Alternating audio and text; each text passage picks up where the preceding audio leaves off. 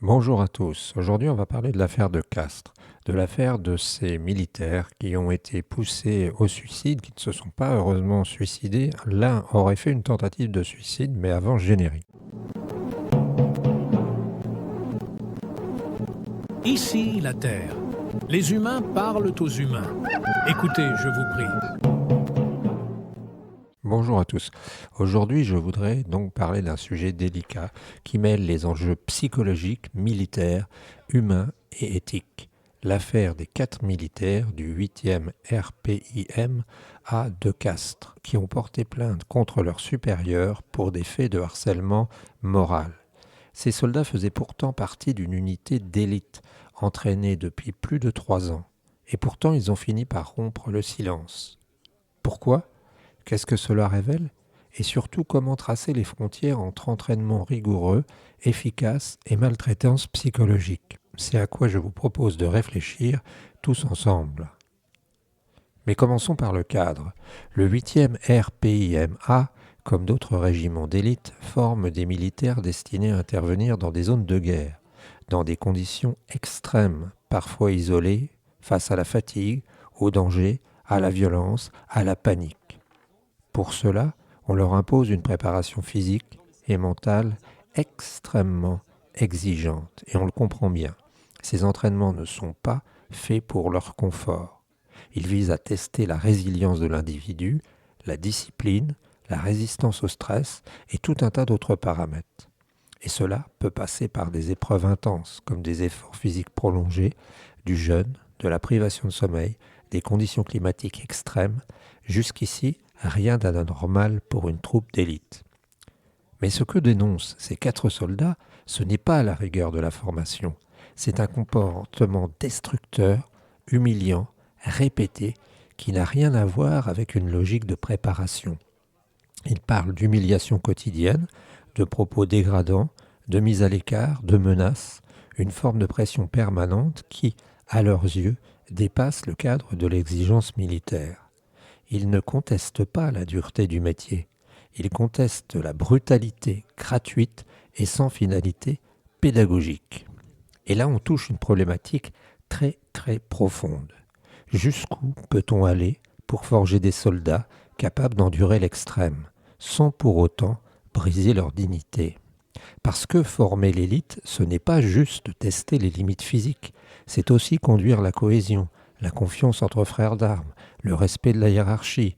Quand un cadre utilise sa position pour rabaisser, humilier ou écraser, il ne se produit plus rien. Il détruit, il érode l'estime de soi et, à long terme, l'efficacité de toute une équipe. Et pourtant, il faut aussi le dire avec lucidité, oui, les entraînements d'élite doivent être parfois choquants, heurtés, aller loin. C'est là même le principe de la résilience, apprendre à survivre dans des conditions où tout semble hostile, et pour cela, il faut un encadrement dur, une discipline implacable, une sélection parfois très violente. Ce n'est pas agréable, mais c'est parfois nécessaire pour envoyer des hommes au combat, là où le chaos règne. Mais alors, où est la limite ? Elle est là quand la souffrance devient une fin en soi, quand il n'y a plus du tout de pédagogie, quand il s'agit juste d'affirmer son pouvoir ou d'humilier. Cette frontière est fine, très très très fine, mais elle existe et elle a des conséquences. Ces 4 soldats aguerris ont tenu 3 ans et demi dans une unité d'élite. Ils n'étaient pas fragiles, ils ont fini par porter plainte. Et ce n'est pas pour s'échapper à la dureté du métier, c'est parce qu'ils sentaient que le système ne les protégeait plus. Pour conclure, cette affaire nous rappelle une chose essentielle. On ne peut pas former des soldats solides en détruisant les hommes. La performance ne doit jamais être incompatible avec le respect. L'autorité n'est pas la domination. Le commandement, ce n'est pas l'humiliation. C'est même tout l'inverse. C'est inspirer, guider, encadrer avec justesse. C'est cet équilibre difficile mais nécessaire que l'armée doit préserver si elle veut continuer à former des troupes d'élite tout en respectant les valeurs de la République. Oui, alors là, c'est finalement un petit texte que j'ai rédigé avec l'aide de ChatGPT qui est assez consensuel, tu le remarqueras. Mais moi, je vais te donner mon avis sur le sujet. Et mon avis, c'est que pour avoir lu le livre de Philippe B sur le GIGN, pour avoir lu le livre Chef de guerre dont je te parlais, d'un militaire, eh bien, je peux te dire que les entraînements pour arriver à ce niveau sont des entraînements totalement déments. Hein. C'est-à-dire que pendant plusieurs semaines, on prive les gens de nourriture. Ils sont dans des situations où même finalement, s'ils ont un ongle incarné, ils sont obligés de s'opérer presque eux-mêmes. Ils sont dans des situations où si tu arrêtes, eh bien, tu es viré. Et en fait, on nous dit, par exemple, pour les bérets verts, que jusqu'au dernier moment, sur un stage de 3 mois, le matin même de ton incorporation, où on va avoir la cérémonie, où on va te donner ton béret, eh bien, tu peux gicler. Et en fait, le problème, selon moi, il n'est pas là. C'est-à-dire que le fait que des hommes aient fait des conneries, des chefs, c'est une évidence. Parce que quand on voit ça et quand on a vécu dans d'autres domaines, que ce soit l'éducation nationale, que ce soit la justice, que ce soit aussi les entreprises, eh bien on sait très bien qu'il y a des pervers et des types tordus partout. Le problème, c'est que eh bien, c'est presque parfois l'exception qui confirme la règle, c'est-à-dire que parfois, bah, tu as un tordu. Et il est reconnu que actuellement, les risques psychosociaux avec les suicides sont presque en train de prendre le pas sur les risques réels et physiques que tu as. Quand tu vas dans une entreprise, et ça tu ne sais peut-être pas trop, que tu vas travailler, tu as plus de chances de décéder qu'un pompier qui est en intervention. Et en fait, par rapport à ça, eh bien, il faut dire que c'est aussi le problème des hommes qui déconnent. Et oui, sans doute qu'il y a des gens qui ont déconné dans cette histoire de Castres.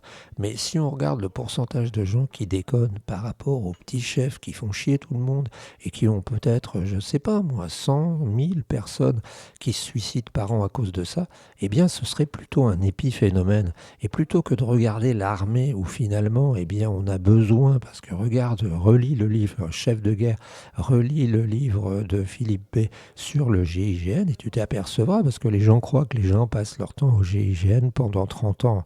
Non, non, quand tu es au GIGN, tu y es pour une dizaine, une quinzaine d'années. En fait, ils prennent les mecs complètement comme les cils, ils les prennent complètement normaux et après, ils les rendent complètement cassés. Moi, du côté d'Omaha Beach, j'ai vu une sorte de marathon de gens qui étaient des anciens cils et ils étaient tous à moitié pétés, ils avaient des jambières, des machins sur le genou et en fait ce que je veux dire simplement c'est que quand à travers cette vision de l'histoire de Castres, il y a peut-être un ou deux types qui ont pété les plombs, mais des types qui pètent les plombs et qui font chier tout le monde, il y en a partout en France et pas forcément dans l'armée. Alors pas tellement étonnant que ça s'exprime dans l'armée, et des types qui couchent avec leur secrétaire parce qu'ils l'ont complètement annihilé, des types qui rendent la vie des gens complètement folle, eh bien il y en a plein le pays, des malades, des tarés, plus que des vrais fous, parce que moi j'étais en train de réfléchir, des vrais fous dans ma vie, j'en ai pas vu beaucoup, tu vois, j'ai vu des gens limités intellectuellement, j'ai vu des simplés, mais des fous, des tarés, des types qui ont des propos totalement incohérents, j'en ai pas vraiment vu. Il faut croire qu'ils sont, qu'ils sont enfermés. Et j'ai une soixantaine d'années.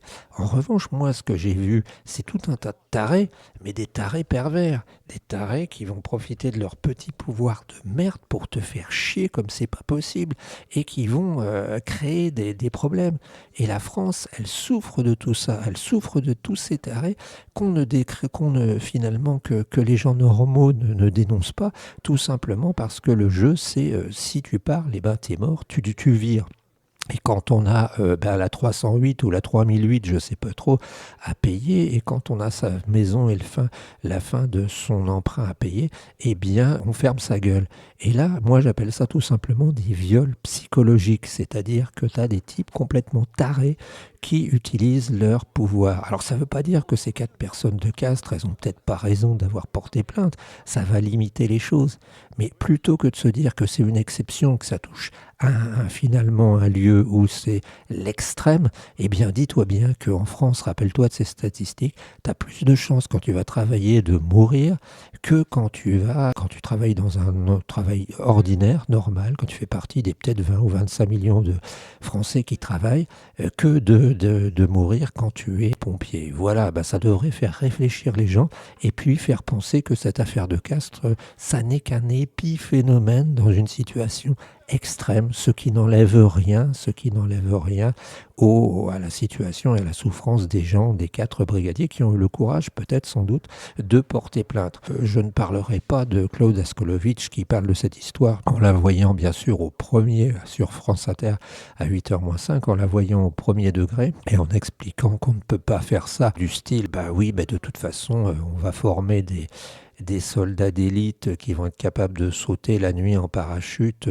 et de risque de se prendre une balle en étant des bisounours. Non, ça c'est pas possible. Il faut sortir de cette logique-là aussi.